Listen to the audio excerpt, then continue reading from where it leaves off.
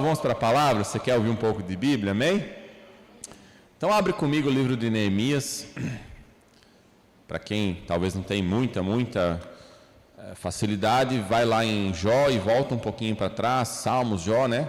Esdras ali, você vai encontrar o livro de Neemias. Enquanto você procura, eu vou falando aqui, tá bom? Eu quero esse ano, até eu falei com a minha esposa sobre isso, ser muito didático naquilo que a gente vai ensinar, tá bem? Se tiver um fundo musical aí, por favor. Então eu quero ser muito didático, eu quero ser muito prático, muito enfático. Eu sinceramente não quero medir muito as palavras, assim, não no mau sentido, tá? No sentido de ofender, não de forma alguma, mas de ser bem direto e trazer muitos esclarecimentos, tá bem? E essa palavra em si é algo que desde o ano passado, Deus me levou a ler o livro de Neemias, e eu li todo o livro, que são 13 capítulos, e Deus deixou algumas impressões em meu espírito. E quando foi aqui antes da virada do ano, né, ainda nós numa vigília, em oração, Deus confirmou muita coisa, Deus trouxe essa testificação sobre essa palavra. E eu, quando cheguei agora de viagem, na verdade especificamente hoje, Deus ainda me direcionando a ficar nesse livro, eu hoje sentei pela manhã, reli todo o livro de Neemias mais uma vez, debaixo de uma direção de Deus sobre uma palavra, e Deus me disse a seguinte palavra dentro do livro de Neemias. Deus falava assim, que é uma mensagem que eu tenho que trazer para vocês, que é um tempo de convocação. Se eu tivesse como resumir tudo aquilo que nós vamos falar durante esse ano, naquilo que eu tenho entendido no Espírito, a palavra é convocação. Deus está convocando o seu povo. Deus está chamando um povo. Mas não é qualquer povo. Eu acho muito legal porque a gente tem um hábito errado de falar que Abraão era um pai de multidões. E se você for ler na Bíblia, você não encontra esse termo, pai de multidões, porque multidão faz menção a um ajuntamento de pessoas desorganizadas. Uma multidão é um povo que está junto, mas ninguém tem compromisso com ninguém. É como um show, né? É como você ir num show, naqueles... quem assistiu na televisão agora, teve aquela virada do ano famosa em Copacabana, né? Estavam lá, não sei, acho que milhões de pessoas, eu não sei que número, era muita gente, né? Era uma multidão. E quando acaba os festejos, as pessoas vão embora, o que sobra? Entulho, lixo, sujeira. Por quê? Porque ninguém é responsável por nada. E se você for olhar na palavra, o que Deus está falando para Abraão é que Abraão era pai de multidão de nações. Então ele seria pai de não só uma nação, mas o intuito de Abraão era ser pai de nações, porque a nação é um povo unido, responsável debaixo de uma lei, e é isso que Deus tem chamado, para que nós sejamos um povo, para que nós sejamos uma nação. Não é uma convocação para a multidão, mas é uma convocação para a nação, amém? E esse contexto dentro desse livro. Então eu quero ir falando com você algumas coisas e levar você a refletir, tá bem? Então pensa comigo aqui. Todos aqui moram em uma casa, certo? Acho que sim, né? Provavelmente todos vocês, ou quase todos vocês, têm um carro, uma moto, ou até talvez um outro meio de locomoção, uma bicicleta, que seja algo assim, né? Todo mundo se locomove de alguma forma, certo? Então vamos lá, pensa comigo, nós moramos numa cidade, Tangará da Serra. Se por algum infortúnio, por algum acidente, por algo que não está planejado na sua vida, você acaba tendo o seu carro danificado, a sua moto danificada, num acidente, por exemplo, a sua bicicleta, seja lá o que for. Você vai pegar o seu carro, deixar na garagem e dizer assim, vou deixar ele aí agora, esse carro não me interessa mais. É isso que você faria com o seu carro? Vou usar só o termo carro aqui, só para facilitar a conversa, pode ser? Você deixaria ele guardado assim, dizer, não, vou deixar lá, bateu, agora estragou, deixa. É isso que vocês fariam? Não, o que vocês fariam? Ia mandar arrumar. Ia levar para uma oficina, né? Ia dar um jeito, a gente, quando bate um carro, a gente às vezes não tem o dinheiro para arrumar o carro, né? Mas acha um jeito de arrumar o carro. Por quê? Porque ele é importante para nós, certo? Ele faz parte da nossa vida. Uma moto ou bicicleta é a mesma coisa. Na sua casa onde você mora, seja ela sua, seja alugada, não importa, não é a questão é que você reside debaixo de um teto. A mesma coisa essa casa, se você, por algum infortúnio, essa casa acaba sendo danificada, seja telhado, seja parede, seja janela, seja parte elétrica, parte hidráulica, não importa o que seja. Você vai deixar a sua casa ali semi-destruída e ficar morando tranquilamente debaixo dela, como se nada tivesse acontecido? Sim? Alguém faria isso? Ficaria tranquilo, dizer, não, está caindo as paredes aqui, o telhado, mas está tudo bem. Não? O que vocês fariam? Ia buscar arrumar, né? Eu também faria isso, obviamente. E óbvio que isso não está errado, né? Isso demonstra um cuidado, um zelo, isso está tudo certo. Agora a grande questão é, que aí eu quero entrar no que eu quero dizer para vocês. Toda vez que a gente olha para um carro estragado, para uma casa estragada, seja para qualquer coisa que a gente tem em nossa vida que é importante, que a gente dá valor, que está estragado, nós como pessoas naturais, nós buscamos resolver esse problema, certo? Então é isso que pessoas naturais fazem diante dos problemas, buscam solucionar os problemas. Isso não está errado. Agora, o que eu quero trazer um despertamento para a igreja, e isso aqui é importante, porque não dá mais para naquilo que é espiritual, naquilo que compete ao espírito, à vida espiritual que nós temos com Deus, tratar da mesma forma que carro e casa. Porque no mundo espiritual, mais ou menos são duas situações. Primeiro, a gente até é muito proativo naquilo que é natural e muito passivo no que é espiritual. Porque nenhum de nós suportaria ver o carro destruído ou a casa destruída, certo? Buscaria uma solução. Agora, nas questões espirituais, nem sempre é assim. Muitas vezes, na verdade, é o contrário, é uma passividade. Então, eu vou para um exemplo prático. Eu estou lá com o meu casamento destruído, as coisas não estão boas, eu estou com dificuldade com a minha esposa, eu estou com dificuldade com o meu filho. Eu posso entrar aí na questão da área financeira, eu não estou bem financeiramente, eu não consigo um emprego, não me estabilizo no emprego, enfermidades, né? Me ajuda aí, o que mais que a gente pode olhar nesse sentido espiritual? Me ajuda aí, Cláudio. Problemas recorrentes que todo mundo talvez vive. Me ajuda, gente. Esfriamento, eu vou esfriando, me afastando. Já não tenho um desejo de estar vivendo com Deus. Mas essas coisas a gente vai olhando assim, dizendo, colocando quase que em segundo plano, sabe? Bati o carro, meu Deus, eu tenho que resolver isso aqui. Eu vou dar um jeito de arrumar meu carro. Vai lá, pega um dinheiro que você nem pode pagar depois, parcela em sei lá quantas vezes, num juros abusivos, mas você paga um preço para resolver aquele negócio. Mas quando é no sentido espiritual, a gente olha para isso e diz, é assim mesmo, não tenho o que fazer. Tá aí, ó. Eu sou casado com a minha esposa há 12 anos, vamos fazer 13 anos agora em maio. Então vou usar o exemplo nosso, que não é a situação, mas só para vocês entenderem. Eu olho para minha esposa e digo, olha, 12 anos de sofrimento, não tem mais o que fazer. Não adianta mais eu lutar pelo meu casamento. Não adianta, 12 anos já. Faz 12 anos que eu sou crente, faz 12 anos que eu estou servindo a Deus. Sou fiel a Deus, né? A gente fala, eu sou fiel a Deus. E está aí e não resolve. Não adianta. É assim mesmo, né? Aí já começa a achar a desculpa bíblica, né? É meu espinho na carne. Né? Começa a achar um monte de lorota para justificar a acomodação da fé.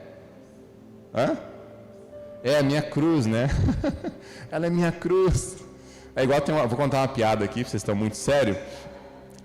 O pastor falou assim, pessoal, traz tudo aqui no altar, tudo que tem de mal na sua vida. O cara pegou a esposa no colo e jogou lá na frente. Falou, tá aqui, é teu, Senhor. É mais ou menos esse estilo de vida que as pessoas vivem no sentido espiritual. E quando, na verdade, meu irmão, eu tinha que contar essa, né? Veio bem certinho na mensagem. A nossa proatividade deveria ser muito mais intensa nas coisas espirituais do que naturais.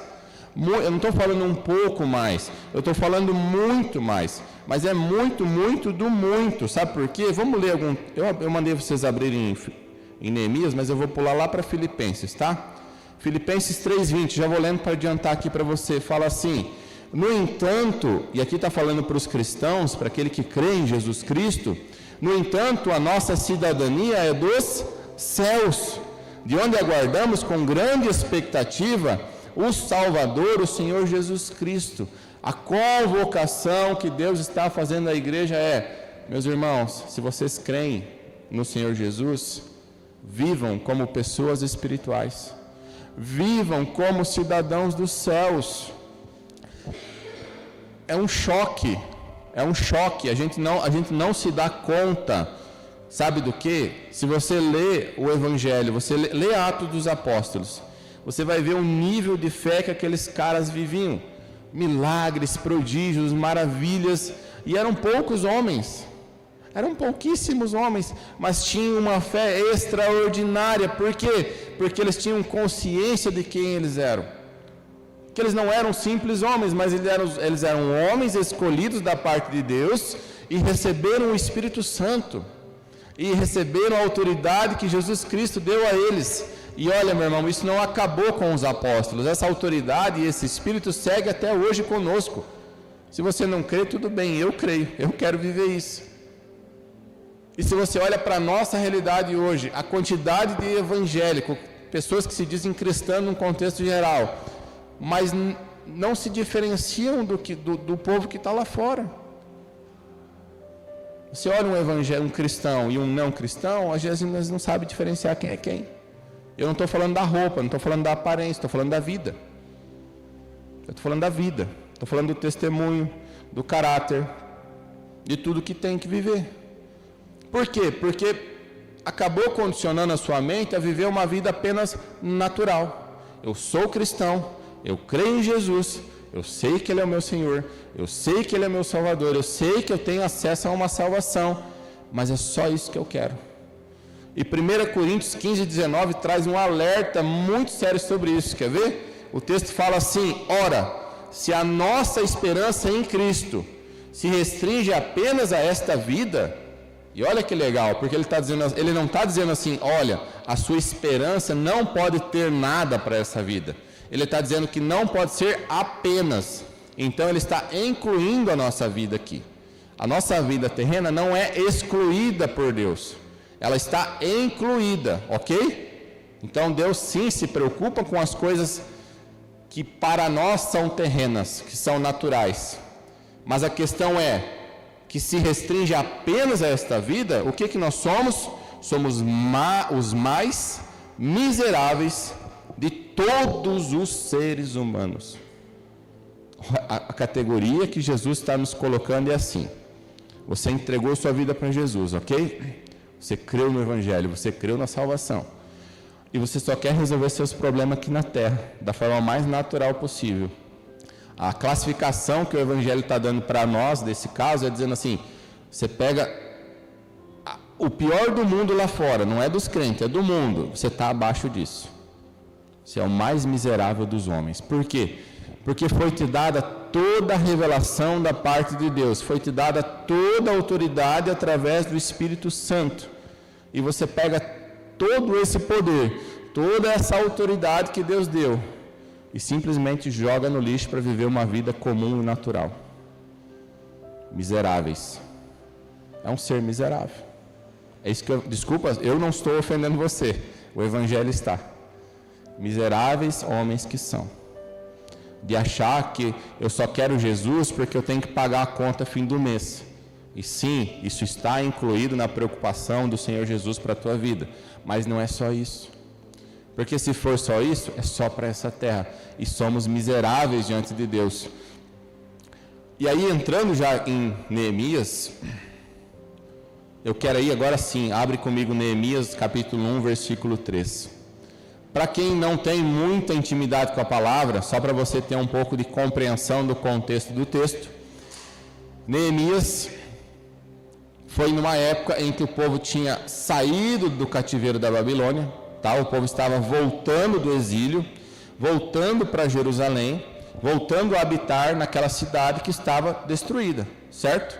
Então o povo ficou 70 anos vivendo cativo, escravo na Babilônia, e ele começa o processo de retorno para Jerusalém. Mas Neemias servia como copeiro diante do rei. E aí o texto fala assim: aqueles que sobreviveram ao cativeiro e estão vivendo lá na província, que foi uma informação que chega a Neemias, tá? Isso aqui é uma carta que chega a ele. Passam por grande tribulação, privação e humilhação. Tendo ouvido este relato, Neemias no caso, assentei-me e chorei amargamente. Lamentei por alguns dias e coloquei-me em jejum e oração diante do Deus dos céus e desabafei: ó Yahvé, Deus dos céus, Deus grande e terrível, que cumpre a tua palavra, a tua aliança e usas de tua misericórdia para com aqueles que te amam e obedecem os teus mandamentos. Que os teus ouvidos estejam atentos e os teus olhos contemplem as palavras desta oração, que o teu servo está apresentando diante de ti dia e noite, em favor de teus servos, o povo de Israel.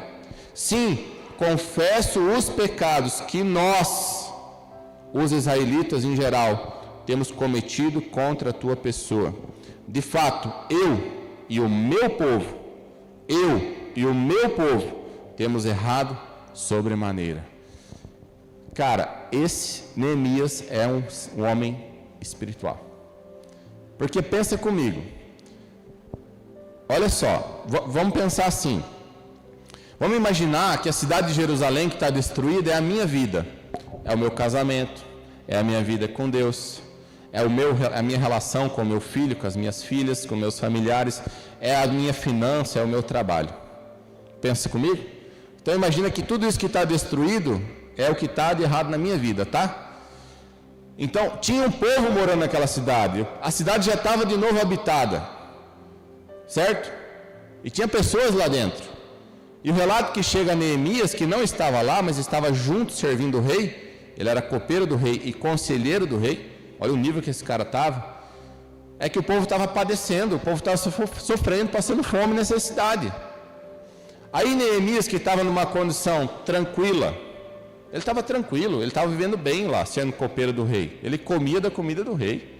Ele era o cara que provava do vinho do rei para o rei poder tomar. Ele era conselheiro do rei. Ele não era qualquer um. Quando ele ouve esse relato, o que ele faz? Ele corre arrumar o carro, ele corre arrumar a casa, ele corre dar um conselho para o amigo e fala: não, isso vai passar, vai dar tudo certo. Espera, vai tudo, né? O crente é muito bom em dar conselho, né? Não, fica bem, Deus vai te abençoar agora, né?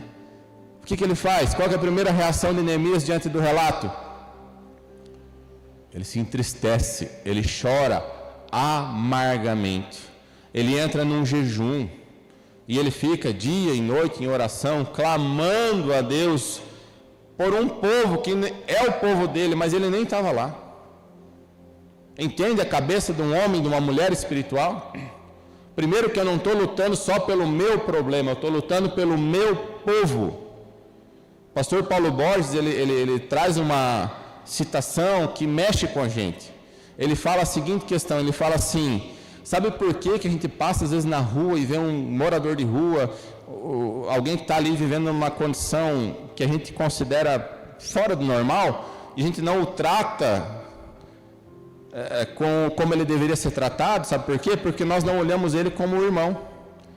Porque se fosse o meu irmão genético, meu irmão de sangue, morando na rua, eu não passaria por ele e deixaria aquilo desapercebido. Então Neemias, ele começa a se colocar no lugar do povo dele, tanto que no final ele faz essa oração, ele fala: Deus, eu peço perdão pelos pecados meus e do meu povo. Está vendo que ele está fazendo o quê? Ele está dizendo: eu vou comprar uma briga em nome dos outros. Homens e mulheres espirituais, eles estão se posicionando para fechar as brechas da sua cidade. E não só para resolver os seus problemas. Eles vão sim resolver os seus problemas. Só que entenda isso, não vai ser de forma natural. Isso não começa de forma natural, começa de forma espiritual. Primeiro passo Neemias faz para a reconstrução de Jerusalém é jejum, arrependimento, choro e oração diante de Deus.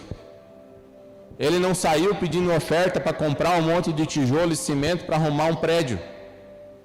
Ele disse, vamos chorar, vamos se arrepender. Eu me arrependo, e eu me arrependo também pelos pecados dos outros. Aí você pensa assim, mas pode isso, Fernando? Pode sim.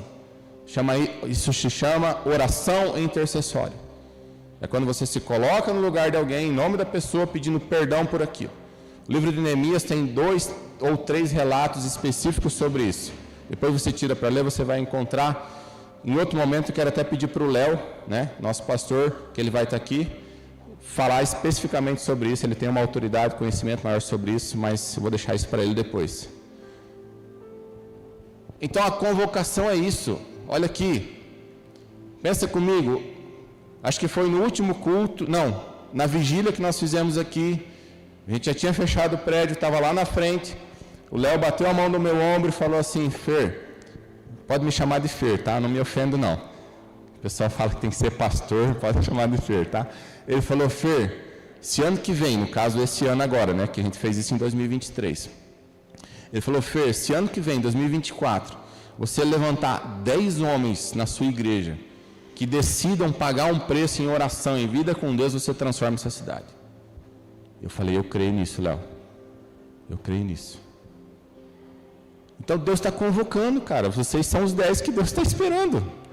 Se você está aqui, vocês são os 10 que Deus está convocando para fechar as brechas. E aí Neemias, você sabe talvez a história, ele vai diante do rei, pede a permissão, pede os recursos, pede a carta de recomendação e vai para Jerusalém.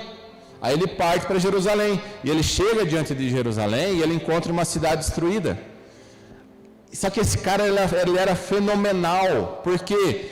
Porque ele tinha visão espiritual de tudo que estava acontecendo. Imagina você chegar diante de uma cidade, Tangará da Serra, que seja, imagina uma cidade destruída. Pega aquelas imagens de filme, de cenas de trajeto que acontece, põe na sua cabeça e imagina isso. Um homem natural faria o quê? Vamos erguer tijolos, vamos reconstruir casas, né? Vamos, sei lá, fazer um monte de coisa. Neemias não. Fala, não. Nós precisamos reedificar as muralhas. Nós precisamos proteger essa cidade. E aí ele começa um processo de reedificação das muralhas e das portas da cidade. Ele sabia que a primeira coisa que ele tinha que fazer é fechar as brechas. Então ele convoca o povo e dá a ordem: vamos fechar as muralhas e fechar as portas. E então começa um processo intenso, que Neemias começa a reconstrução. Só que sabe uma das coisas que mais me chama a atenção no processo da reconstrução da cidade de Jerusalém? Sabe o quê? É o que está aqui em Neemias 3, capítulo 3, versículo 1. Porque aqui se inicia a reconstrução. E começa dizendo assim: o sumo sacerdote.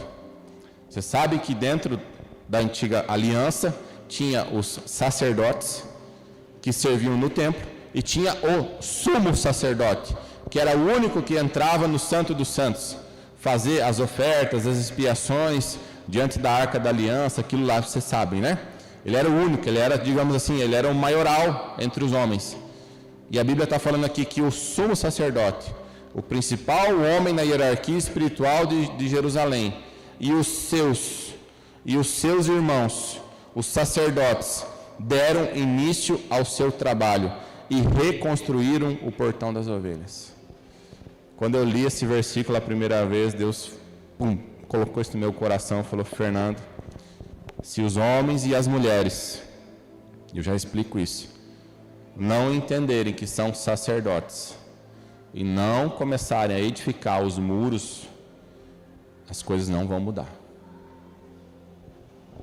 Apocalipse 1, versículo 5, diz assim: e de Jesus Cristo, que é a testemunha fiel, o primogênito dentre os mortos e o soberano dos reis da terra, ele que nos ama e mediante seu sangue nos libertou de todos os nossos pecados. Versículo 6, e nos constituiu, aqui ele está colocando a todos, tá?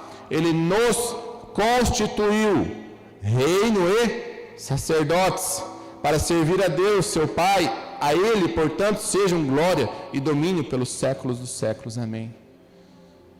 O que Jesus conquistou para nós, meu irmão, o que Ele me deu e te deu, não é só a salvação, mas Ele nos constitui como reino e sacerdotes diante de Deus. Então, se eu não tiver essa visão espiritual de que sim, eu sou um sacerdote, você é um sacerdote, as mulheres, vocês são sacerdotes nas suas casas, vocês são seres espirituais e vivem para o reino de Deus, e vocês são os primeiros que vão começar a fechar as brechas. Então agora, olhei para o meu casamento, que talvez não está como deveria, e eu não vou olhar mais e dizer, porque a minha esposa é isso, porque um dia alguém fez isso para mim, porque isso, porque aquilo outro. Eu sou sacerdote. Eu vou reconstruir esse negócio. Onde é que eu tenho que começar? O que eu tenho que fazer? Alguém me ajuda? Sabe, eu acho muito interessante, leia depois, tira um tempo, vai ler Neemias. Sabe por quê? Porque pensa um povo que ficou 70 anos exilado. Eles não tinham acesso à palavra. 70 anos são quase 2 gerações que passaram no exílio. Eles perderam o contato com a palavra de Deus. Eles não sabiam mais o que era ou o que não era o Antigo Testamento, no caso, a Torá, que era o que eles tinham. Isso tudo se perde, o que sabia-se pouco, um pouco de história que se contava de um para outro, mas eles não tinham acesso aos livros. Isso foi tirado desse povo. E esse povo se reúne de novo em Jerusalém, e Neemias vem trazendo isso, essa reconstrução, e Neemias vem dizer, não, nós vamos fazer isso de novo uma cidade, fazer ser como era antes. Ele coloca a esperança no povo, e conforme ele vai colocando a esperança no povo, ele vai trazendo de volta, ele vai resgatando a palavra. Tanto que em determinado momento ele coloca, me faltou o nome agora do sacerdote, Esdras, isso. Ele coloca Esdras, que era o sacerdote, se eu não me engano, para fazer a leitura da Torá diante de todo o povo. Então você imagina, diz que ele sobe em um tabuado, que foi preparado especificamente para isso, todo o povo se ajunta diante dele, e ele começa lendo a Torá, as leis do povo. É a Bíblia que eles tinham, e conforme Esdras ia lendo as palavras, e o povo ia escutando, a Bíblia diz que eles iam chorando e se arrependendo, porque estavam vivendo fora da palavra de Deus. E chega no final, eles estão assim, tão mal por aquilo, que precisa de uma intervenção de Neemias, e fala, não, parem de chorar, parem, porque agora é uma festa santa, vão para suas casas, comam, bebam, se alegram. Conforme o povo foi ouvindo a palavra, eles foram se arrependendo e reconhecendo, dizer, eu estou errado nisso, eu estou errado nisso. Então eu separei algumas coisas aqui do que Neemias vem resgatar em Jerusalém, que tinha se perdido, que todo cristão que não vive como sacerdote já perdeu. Sabe o que é? Neemias vem resgatar a oração, a vida com Deus. O povo tinha perdido isso. Você não consegue, eu não consigo ser um ser espiritual, ter esse contato com Deus, se eu não tiver uma vida de oração. O jejum. Neemias era um cara que jejuava, coloca o povo em jejum também algumas vezes. Obediência à palavra de Deus, ele resgata isso. Neemias era um cara zeloso pela palavra de Deus. Tanto que em determinado momento do livro, já no finalzinho do livro, quando ele volta, ele deixa tudo pronto. Constrói o templo mais uma vez, porque tinha sido destruído. Ele volta a servir o rei. E chega a ele um relato de que uma das câmaras do templo tinha sido emprestada para um homem, não podia. Diante da lei isso não podia acontecer. Ele volta para Jerusalém, chega lá e a Bíblia fala que ele arranca tudo, os móveis daquele cara, e joga na rua. Ele diz assim, cara, vocês não podem fazer isso com a casa de Deus, está fora da palavra. E ele traz e volta os utensílios do templo e coloca nessa sala, que ali era o lugar dos utensílios do templo. Ele era um cara zeloso pela palavra. Temor a Deus. Um homem que teme a Deus, um homem que teme pela palavra. Um homem temente a Deus é aquele cara que, quando ele tem um contato com o Evangelho, com uma verdade, com um versículo que ele precisa mudar, ele pega aquilo com toda a sua vida e fala, cara, eu vou consertar isso na minha vida. O homem que teme a Deus, ele não fica olhando para aquilo que ele tem consciência de errado e pensando, mas será? Não, deixa. É aquela história que eu falei do carro. Bateu o carro, no outro dia está na oficina para arrumar. Aí, espiritual, puxa, identifiquei um pecado na minha vida. Aí vai, 1 semana, 2 semanas, 3 semanas, 1 mês, 6 meses. E eu fico ali levando aquilo como se aquilo fosse normal.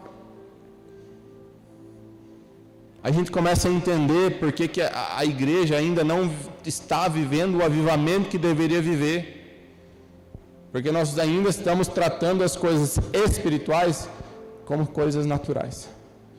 Mas o dia que nós fizermos como esse povo, debaixo dessa direção de Neemias, se dizer, eu escutei uma verdade que eu não conhecia, eu preciso restaurar isso, eu vou correr atrás, eu vou pagar o preço. Precisa pagar o preço. E começa com os sacerdotes. Começa com homens espirituais. Toda reconstrução, toda remissão, toda edificação, toda mudança começa com homens e mulheres de Deus. Não pense que os políticos vão começar a mudança. Eles podem fazer parte da mudança. Mas a mudança começa com os homens e mulheres de Deus. Não pense que o seu chefe pode mudar a sua vida. Ele pode fazer parte do processo. Mas começa com homens e mulheres de Deus posicionados. Crendo, tementes. Gente que não brinca de ser crente. Gente que não brinca com o Evangelho. E eu sei que talvez a minha vida também não está perfeita, não está tudo bem, a tua talvez também não esteja. Agora, eu sei que há reconstrução, eu sei que há mudança. Nesses dias que se passaram, eu falo para vocês que eu, a minha esposa, a minha casa, a nossa vida, acho que a gente está vivendo um dos melhores momentos. Não, eu tenho certeza que a gente está vivendo um dos melhores momentos que a gente já viveu, em todos os sentidos. Tem sido maravilhoso. Mas quando eu paro a olhar para isso, eu sempre volto lá atrás. Lá para quando eu comecei a minha vida com Deus, quando eu comecei a conhecer a Cláudia, que foi tudo junto. E eu penso, nossa, como Deus transformou a minha vida. Porque não começou assim. Não começou tudo pronto. Eu estou falando isso porque talvez você comece a olhar e dizer, pastor, é que você, né, as pessoas têm um engano de olhar para a gente e achar, mas você é diferente. Não, eu não sou diferente.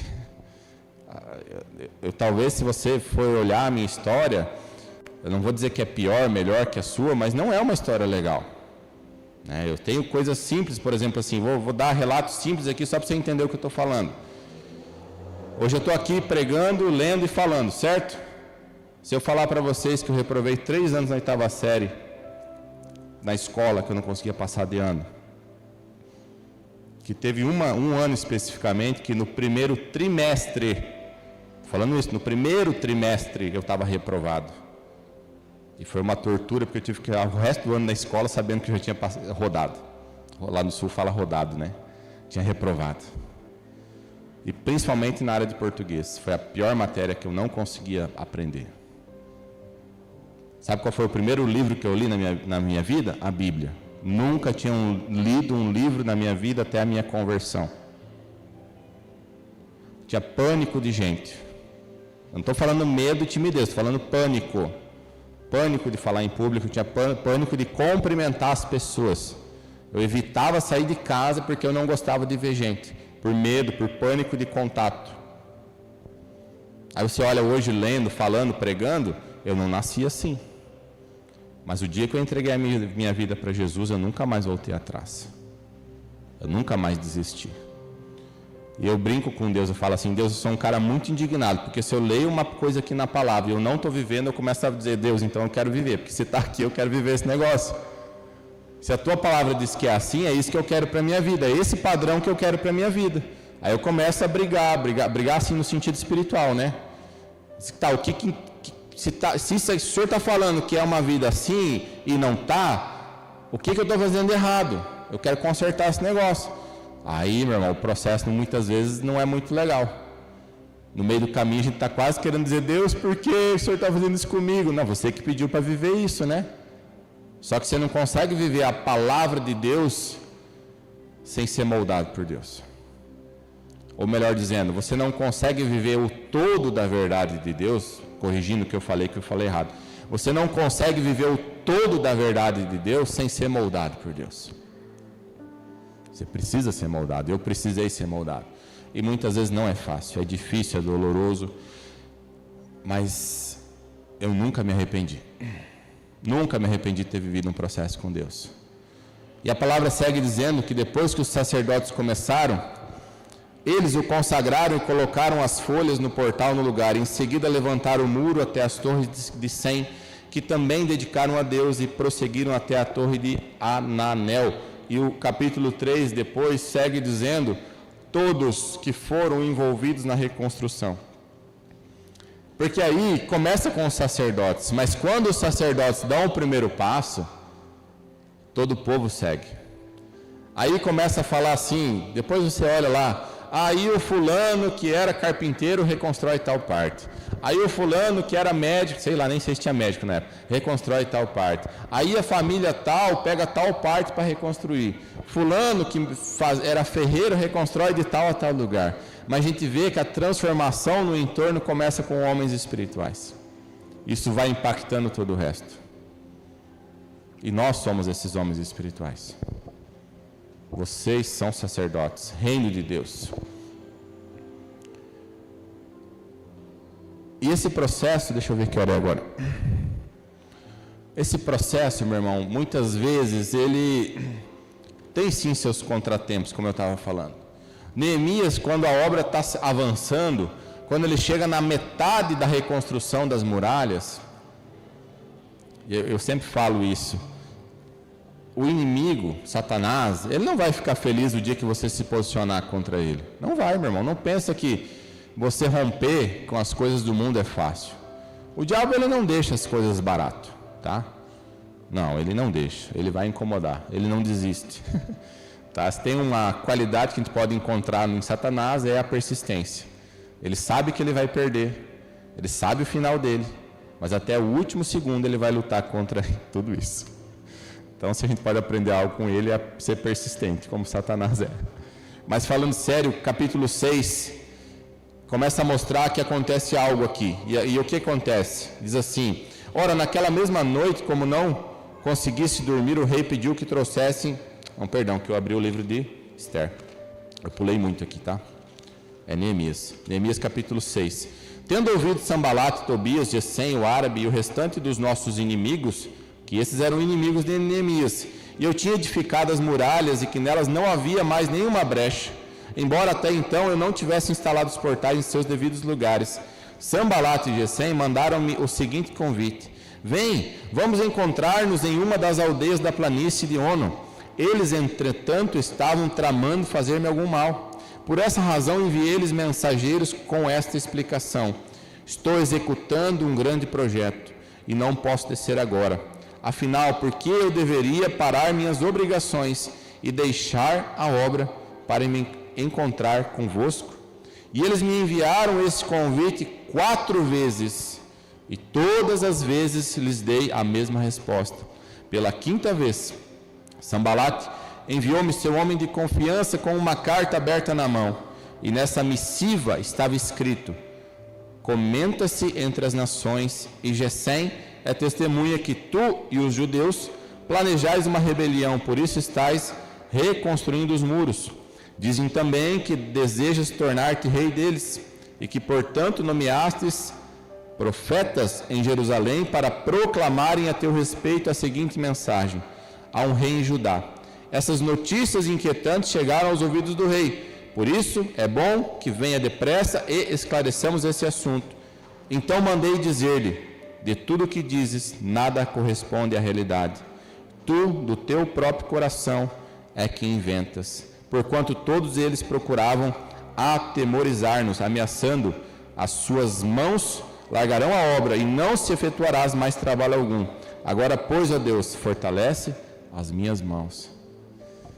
Cara, eu achei essa resposta de Neemias fantástica. Esses caras, eles eram pessoas de autoridade, enviam uma carta a ele e ele responde: por que eu pararia a minha obra para ter contigo? Cara, me dá um motivo, né? Agora imagina você falando isso: me dá um motivo para parar a minha vida com Deus. Acha um motivo para dizer assim, não, isso aqui vale mais que aquilo que Deus me deu para fazer aqui e viver aqui na terra? Você consegue encontrar algo mais valioso que isso? De verdade? Você venderia a sua primogenitura por um prato de lentilha? É isso. Muitas vezes a gente está parando a nossa caminhada com Deus por coisas, entende? Por coisas naturais. E eu sei muitas vezes que essas coisas naturais são importantes, fazem parte, só que entenda a dinâmica do reino de Deus. A dinâmica do reino de Deus é buscar em primeiro lugar o reino de Deus e a sua justiça, e todas essas demais coisas serão acrescentadas. Vou falar um absurdo gospel aqui para você, para não falar heresia talvez, mas aí você julga aí. Deus não quer dar dinheiro para quem ama dinheiro. Quem dá dinheiro para quem ama dinheiro é Satanás, porque esse vai ser o fim dele. É isso. O dia que você não amar mais o dinheiro, Deus vai te abundar de recurso, porque isso não vai tomar teu coração. Aí você acha que Deus quer te ver pobre e miserável? Não, Ele só quer te manter perto dele, porque se Ele te der mais, você se desvia. Eu tive uma situação, uma conversa real com uma pessoa. Ele tinha chamado, ele até hoje é pastor, essa pessoa é pastor, e eu lembro que ele vivia uma condição de vida, na época não era pastor, era um irmão lá da igreja, assim, muito ativo, participante, e ele tinha uma condição de vida muito difícil, muito precária, passavam assim necessidades, era coisa bem absurda mesmo. Só que tinha uma história por trás. A família dele tinha uma herança enorme para receber. Ele falou para mim na época, era coisa de 50 milhões de reais, eu estou falando isso lá em 2013, 14, né? Então hoje, se for somar, já dá muito mais. E eles viviam na miséria. E eu lembro que muitas vezes ele colocava isso em oração, falava para nós, me ajuda em oração, para liberar logo essa herança, que nós estamos passando necessidade e tal, né? E ele clamava, Deus me ajuda. E ele com um filho pequeno, aquele perrengue todo. E tudo bem, né? É o direito dele, a herança é dele, né? Estava um problema na justiça lá, a coisa não andava. Eu lembro que um dia eu era bem amigo dele, numa conversa, eu falei para ele, fulano, vou fazer uma pergunta. Ele pode falar. Eu falei, cara, se hoje, do jeito que você está agora aí, né? Não estou falando daqui um mês aí, para você viver a ilusão. Eu falei, hoje, do jeito que está a tua vida espiritual, a tua fé, se esse dinheiro caísse na tua conta hoje, você continuaria cristão? Ele parou, abaixou os olhos, não demorou muito a resposta, ele só fez assim e falou, não. Ele falou, a primeira coisa que ia fazer é comprar um F-250 e cair na gandaia. Eu falei, então glória a Deus que ele não te deu esse dinheiro, né? Tomara que não te dê nunca. Não, brinquei, não falei isso não. Pior que não deu, até hoje ele está sem herança. Mas aí é outra história, não sei como é que está a vida dele hoje. Mas entende? Deus não quer te dar algo para te desviar daquilo que é dele. Agora, aquilo que é dentro do propósito dele, segundo a capacidade, ele quer te dar. Então entenda isso. Deus já preparou todas as coisas. Tudo que cabe a ele está pronto. Agora, quem precisa ser preparado é nós. É eu que preciso preparar o meu caráter, a minha hombridade. Tá? Eu vou dar um testemunho aqui para você entender o que eu estou falando, numa área minha. Testemunho é o contrário de testemunho, tá? Testemunho é quando dá errado, testemunho é quando é benção. Beleza, eu pastor, né, pregando o evangelho, aí tudo certo. Fiz um amigo aqui na cidade, um outro pastor de uma outra congregação, um homem de Deus. A gente ficou amigo, ele me convidou para ir ministrar lá umas 2 vezes. Fui lá, fiz o curso do Homem ao Máximo lá na igreja dele, ele participou. E eu ficava até admirado com a humildade desse cara, porque não é fácil pastor chamar outro pastor, essas coisas é meio tretado assim, né? Mas tudo bem. Aí ele vai embora, ele se muda para Brasília, foi assumir uma outra igreja maior lá, né? Ele merece, é um cara de Deus. Um dia ele me chama no WhatsApp, falou, Fernando, como é que você está? Tudo bem? Trocamos uma ideia rapidão. Aí ele falou assim, Fernando, estou pensando em fazer uma conferência de homens aqui em Brasília. Eu falei, que legal, pastor. Ele falou, e o primeiro cara que eu pensei em convidar é você. Gente, eu fiquei tão feliz, você não tem noção. Eu falei, cara, eu vou viajar para pregar o evangelho. Eu nunca, só preguei aqui, né? Eu falei, cara, lá em Brasília, uma conferência de homens. Eu lembro que eu falei tão empolgado para ele na hora, eu falei, pastor, claro, o senhor só me avisa o dia que eu compro a passagem e vou. Eu não queria nada, eu queria eu pagar para ir, porque eu estava empolgado com esse negócio. E depois, ali, né, naquela semana, eu lembro assim que aquilo foi tomando meu coração. E eu lembro que eu pensando e falando com Deus, nossa Deus, será que é agora que o senhor vai levantar meu ministério? Ó a cabeça. Será que é agora que o senhor vai me fazer conhecido? Não, estou falando a verdade, isso não faz muito tempo, 4 anos talvez. E aquilo assim, eu empolgado com o negócio, falei, cara, eu vou lá, vou pregar, as pessoas vão me conhecer, Brasília é uma cidade grande. Falei, logo eu vou estar pregando no Brasil inteiro, né? E eu, agora sim, agora Deus olhou para mim, né? Beleza. E ele ficou de me dar resposta, da data. Passou um mês, nada. Eu comecei a ficar agoniado, preocupado, falei, vou dar ajuda para Deus, né? Vai que Deus esqueceu, né? Não é assim que a gente faz? Vou dar uma forcinha pro pai, né? Aí entrei de volta em contato com o pastor. Falei, pastor, como é que tá a programação do evento? Que dia vai ser e tal? Nunca mais ele falou comigo. Eu juro que eu não tinha falado nada de errado na conversa. Eu fui mais cuidadoso possível. E eu esperei, e nada. E um dia eu estava em oração, até eu falei, Deus, o que aconteceu, tal. E Deus me falou bem assim, Deus falou assim para mim, se vende fácil, né? Aí eu parei, eu falei, sim. Eu falei, Fernando, você já corrompeu o teu coração por causa de um convite, cara.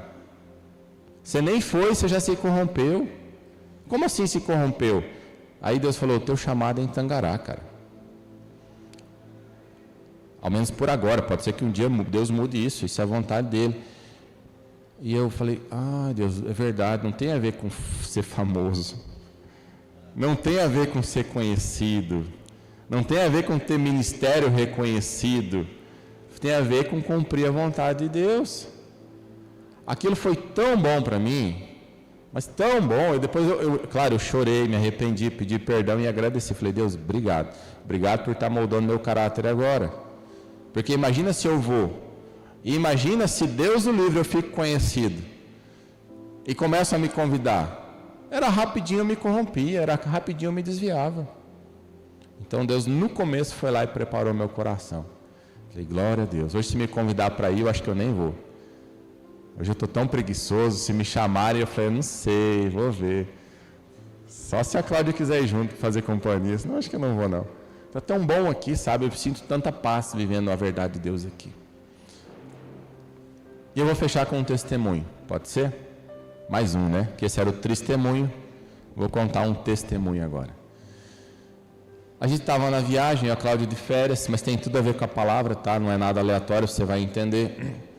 A gente de viagem de férias, fomos para o Rio de Janeiro, foi maravilhoso, tudo muito bom. No retorno, né? Eu até me assustei, porque normalmente quando eu vou de férias, o pessoal me aborda muito. E quando não aborda, a Cláudia fala, ele é pastor. E aí o povo quer conversar e tal. Cara, e dessa vez ninguém falou comigo. Ninguém falou comigo. Eu até estranhei, eu falei, nossa Deus, acho que eu falei tanto brincando sobre isso, que acho que Deus levou a sério, né? Ninguém falou nada, ninguém sabia que eu era crente lá. Tá. No retorno, vindo de carro para pegar o avião, aí as coisas começam a mudar. Pegamos um trânsito que eu nunca tinha visto na minha vida. Sabe aquelas imagens que aparecem na televisão, que tem um helicóptero sobrevoando assim, daquela fila de carro gigante assim? Aquilo lá. Peguei 80 quilômetros de engarrafamento, cara. Nunca tinha vivido isso na minha vida. Horrível. Um trecho que levava 2 horas e meia, eu levei 6 horas e meia para fazer. Quase 7 horas. Aí não tinha lugar nem posto para parar, só para você ter noção. Tinha um posto no meio do caminho, lotou, não tinha lugar para você botar o carro. Não tinha lugar para você parar, comprar uma coxinha para você comer na estrada. Eu nunca tinha visto um negócio desse. O carro não andava. E aí eu comecei a ficar estressado, comecei a ficar cansado. Aí já me deu dor de cabeça. Chegamos já no aeroporto, no hotel que era do lado, já noite, era para chegar cedo, cheguei noite, cansado, a dor de cabeça não passava. Fomos pro hotel, tomei banho, falei vamos jantar, dormir e tal. Não dormi muito bem. No outro dia acordamos cedo para pegar o avião. Estou eu e o Miguel tomando café, a Cláudia estava vindo. E eu paro olhar o horário do voo. Eu já tinha olhado umas 45 vezes, porque eu sou muito sistemático nessas coisas, eu tinha olhado muitas e muitas vezes. Quando eu olho, naquela vez que eu estava tomando café, que na minha cabeça o voo era 8h40, e eu era 6 da manhã ali, 6h20 já na verdade. Quando eu olho, eu vejo que eu tinha olhado o horário errado. E o voo saía às 6 da manhã, e já era 6h20, e a gente já tinha perdido o avião. Isso na virada de ano, você sabe que virada de ano no aeroporto é um lugar muito legal de você estar, né? É maravilhoso. E aí, naquela hora, me dá um frio na barriga e eu fico mal. Falei, não acredito, cara. Eu olhei esse negócio umas 40 vezes e toda vez que eu olhava 8h40 e eu não vi que era 6 horas. E nós perdemos o avião. A Cláudia chegou, eu falei, amor, perdemos o avião. Já larguei o café, perdi a fome, continuava com dor de cabeça, estava estressado com aquele negócio. Eu vou para o quarto, aí eu começo a vou comprar outra passagem, né? Fazer o quê? Porque fui eu que perdi o avião, não foi o avião que me perdeu, eu perdi o avião. Eu falei, não tinha nem o que reclamar na empresa, sabe? Eu falei, eu tenho que comprar outra passagem. Olhei na primeira empresa, não tinha nem voo para o dia. Eu falei, pronto, agora eu vou ficar rodado aqui nesse hotel. Eu já estava estressado, a Cláudia estava em paz, como sempre. Falou, não, amor, quer que a gente passeie aqui? Eu falei, não, amor, eu quero ir embora já tinha planejado que eu ia embora, eu queria ir embora. Olhei a outra empresa, tinha uma passagem para as 2h30 da tarde. Só que comprar passagem fim de ano em cima da hora, vocês sabem que é extremamente caro. Eu falei, é o que tem, né? Eu não posso ficar aqui mais 2, 3 dias, eu tinha que ir embora. Compro aquela bendita passagem, com uma dor no coração, Você não tem ideia, que paguei um preço, nunca pagaria naquilo. Mas falei, é o que tem, agora vai, né? E eu em silêncio, porque eu não queria mostrar o estresse que eu estava com aquela situação. Seguimos, né? Fomos para o aeroporto, chegamos lá, passeamos um pouco, eu em silêncio total. Eu só pensava assim, Deus, eu não vou murmurar, eu não vou reclamar, o Senhor não tem culpa de nada, eu que perdi o voo, eu que olhei errado, está tudo bem, né? Eu só não quero ficar esbravejando, porque minha esposa não tem nada a ver com isso, eu em silêncio ali, né? Apesar de que a aparência não estava boa, mas eu, né, falei, tá bom, eu vou chegar em casa, eu só pensava assim, eu vou chegar em casa, uma hora eu chego em casa. Já quando é 2 e pouco, vamos pro embarque, o pessoal da empresa chega em nós e fala assim, pessoal, o avião que vai levar vocês está atrasado 1 hora. Então vocês vão perder a conexão em São Paulo, não vai conseguir pegar a conexão lá. Aí já começa a dar aquele frio na barriga, né? E ele falou, mas fiquem tranquilos que nós conseguimos acomodar vocês em outro avião, só que de outra empresa. Aí ele só rabiscou assim no bilhete e falou, esse é o voo. Chega lá, corre para achar. E ele falou, e as malas, você tem que pegar as malas de novo em São Paulo e levar para o outro avião. Tá bom, é o que tem, vamos lá, né? Fomos, o avião começa a ir, começa a chuva, turbulência. Aí já tinha assistido aquele filme, né, da neve lá, né? E você começa a imaginar um monte de coisa. E eu, metódico, eu abro aquelas televisãozinhas do avião, eu abri a telinha, fui lá olhar o voo, porque eu vi que o avião estava indo, assim, normal, né? Quem já viajou sabe. De repente ele faz assim, ele deu uma guinada muito forte. Falei, não é normal ele dar essas guinadas. Turbulência, chuva lá fora. Chuva não, né? Porque lá em cima não chove, mas nublado. Abri a tela, o avião começa a andar em círculo assim, né? E eu olhando aquilo, aí eu olho em cima do Pico das Agulhas Negras em São Paulo, um dos lugares mais altos que tem, o morro mais alto que tem em São Paulo. Eu falei, que inteligente esse piloto, voar em cima do monte mais alto de São Paulo, no meio de uma neblina que ninguém enxerga nada. E eu falei, não vou falar nada para ninguém, vai dar desespero nesse povo aqui no avião. E fiquei quieto, só assistindo. Até que ele avisa que não tinha espaço para pousar, então ele começou. Passa uns 10 minutos, ele alinha de volta, vai. E nós já com o horário apertado, desce em São Paulo, chegamos em São Paulo, corre pegar a mala. Tinha um pessoal na nossa, ficamos por último, a nossa mala não aparece. Falei, pronto, perderam as nossas malas agora, né? E eu sou estressado, sabe? Nesse dia eu estava me controlando. Né, amor? Eu estava, não estava? O pessoal chega na nossa frente falar com o rapaz. Tinha 7 pessoas, todos de Tangará da Serra, todos juntos. Olha que coincidência, né? 3 na frente nossa, cadê as malas? Suas bagagens ficaram no Rio de Janeiro, esqueceram de trazer. E eu falei, cara, e o cara demorou uns 20 minutos para descobrir. Eu falei, se eu ficar aqui eu vou perder, eu vou ou perco as malas. Eu falei, eu já não sabia mais o que eu perdia. Aí ele, não, já vejo para você. Olhou, eu falei, não, as suas malas foi, pode ir que suas malas foi. Beleza, saímos correndo, né? Pegamos um ônibus, trocar de terminal, porque tinha que trocar de terminal, trocamos terminal, chegamos no terminal, fomos achar o portão do embarque, não achava. Botaram um número no bilhete que não existia. Botaram para mim entrar no portão 240, o último era 230, eu fiquei louco lá dentro. Falei, eu vou achar um trem que não existe. Rodei umas 2 vezes aquilo lá, até que eu pergunto pro cara, ele falou, não, seu voo foi alterado, esse aqui, nós estava do lado do portão. Aí quando eu fui que estava do lado, o povo já estava na fila para entrar no avião. Falei, bom, estamos aqui, vamos embarcar, né? Vai dar certo, vamos chegar em casa. Meu plano era chegar em casa. Vai dar certo. Nisso eu falei, Cláudio, compra um lanche para nós, estava com fome, a Cláudia saiu com o Miguel comprar lanche, eu fico ali, a Cláudia já volta rápido, eu lembro que eu comi um negócio, a fila começa a andar para entrar. A fila começa a andar, eu olho para o meu lado esquerdo, a uns 10, 12 metros de mim, tem um homem sozinho, meio que separado, e eu olho, tá filmando? Ah, não tem problema não, Deus vai usar tudo. Eu olho assim, só que ele estava assim, ó, olhando para baixo, né? E eu falei, eu conheço esse cara. Estava lotado o aeroporto, estava cheio, mas esse cara parece que tipo assim, vai uma luz em cima dele. Eu falei, eu conheço esse cara. Aí eu olho para frente, eu olho de novo para ele e eu bati o olho e conheci. E aí eu vou contar quem que era. Meu pai, antes do casamento dele, teve um filho que eu nunca conheci, que é um irmão meu. Eu até tentei contato com ele já algumas vezes, não deu certo. E eu encontro com ele do meu lado esquerdo. Eu fiquei tão empolgado com a situação que eu lembro que, assim, que eu só falei para Cláudio, falei, Cláudio, eu já volto. Larguei a malinha de mão que eu estava e fui de encontro ele. Só que ele não olhava para mim, ele não fazia contato comigo, ele estava olhando para baixo, com o rosto muito, assim, uma expressão que não estava assim confortável, né? Vou usar essa expressão aqui. Ele tinha me visto já. E eu chego do lado dele, eu falo, você é o Regis, né? Ele fala, sim. Eu falei, você é o Regis Pezzini? Ele falou, sim. Eu falei, eu sou o Fernando Pezzini. Aí acho que ele não estava muito confortável, ele falou assim, eu sei quem você é.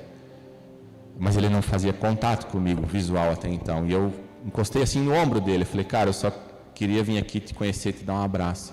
Quando eu falei isso, ele ergue a cabeça e o rosto dele volta ao normal. Aí ele olha para mim, ele começa a conversar, a gente troca algumas palavras rápidas ali. E aí eu lembro que no final, assim, eu só falei, não, cara, Deus abençoe, sucesso para ti. Eu falei, eu te vi, eu queria vir aqui te dar um abraço, te conhecer. Ele falou, tá, legal, tal. E eu volto para a fila, a Cláudia conheceu ele já até antes, abanou, e a gente começa a caminhar. E eu lembro que quando eu começo a caminhar, assim, eu fico meio que extasiado com aquela situação. E me vem uma paz. E aí eu começo a cair a ficha, né? Aí eu comecei a dizer, Deus, eu não acredito que o Senhor fez tudo isso para me colocar aqui, nesse lugar, desse jeito, do lado desse irmão que eu tenho, que eu nunca tinha conhecido, para poder conhecer ele, dar um abraço nele e abençoar ele. Só que nada é por acaso. Por isso que eu estou falando de homens espirituais, porque na manhã, quando nós ainda em Tangará, antes de ir para o Rio de Janeiro, nós fomos à tarde, nós estávamos de manhã em casa, tirei um tempo maior de oração, porque eu não fui trabalhar, e eu no meu quarto orando, e eu começo uma oração intercessória pela vida do meu pai. E eu começo a me colocar no lugar dele, na história dele, trazer confissão sobre muitas situações, pedir perdão a Deus. E uma em específico eu lembro que eu falei, Deus, eu quero pedir perdão por ter gerado filhos fora do casamento, meu pai no caso. E eu cito o nome do Regis, meu irmão. E eu lembro que eu falei, Deus, eu quero remir essa história. Na volta, Deus faz toda essa situação que eu não sei nem colocar um adjetivo, para me colocar do lado desse homem e começar a remir uma história. É homens espirituais que estão fechando brechas. Amém?